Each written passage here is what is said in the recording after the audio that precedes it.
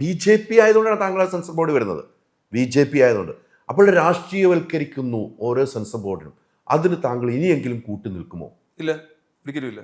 ഇനിയൊരു national jury, അത് തെറ്റാണെന്ന് കണ്ടെത്തിയില്ല. ഇനിയൊരു നാഷണൽ ജൂറിയിലോ ഒരു സെൻസർ ബോർഡിൽ എന്നെ വിളിച്ചാൽ ഞാൻ പോകില്ല. എനിക്ക് വേണ്ട, അത് എൻ്റെ കപ്പ് ഓഫ് ടീ അല്ല, ഞാൻ പോകില്ല.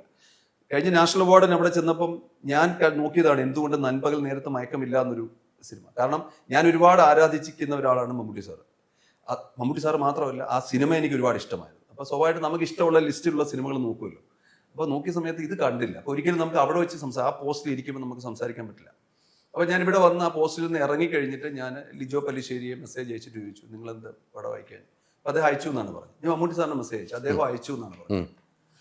അന്ന് ഞാൻ തിരിച്ചിരുന്നു, എന്തുകൊണ്ടാണ് അവർ, മമ്മൂട്ടി സാറിന് ഒരു സിനിമ പോലും ഇല്ലായിരുന്നു. പക്ഷെ ഇന്ന് എനിക്ക് തോന്നുന്നു അവർ ചിന്തിച്ചത് ശരിയാണെന്ന് തോന്നുന്നു.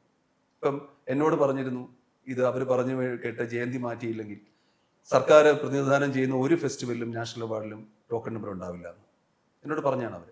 എനിക്കറിയാം ഈ സിനിമകൾ ഇഫിയിലോ നാഷണൽ അവാർഡിലോ ഉണ്ടാവില്ല, എത്ര കരുത്തുള്ള സിനിമയാണെങ്കിലും. ഒരുപക്ഷെ അത് അവർ മുൻകൂട്ടി കണ്ടതായിരിക്കാം. ഇത് മാത്രമല്ല, എല്ലാ സർക്കാരുകളും അങ്ങനെയാണ്.